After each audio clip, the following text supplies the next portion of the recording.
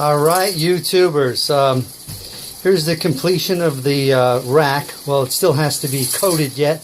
I'm going to take it and have it Linexed for my CRF250L. Just finished welding it up. Still a little tiny bit of fine tuning here and there, some sanding, maybe a little bit of grinding here and there.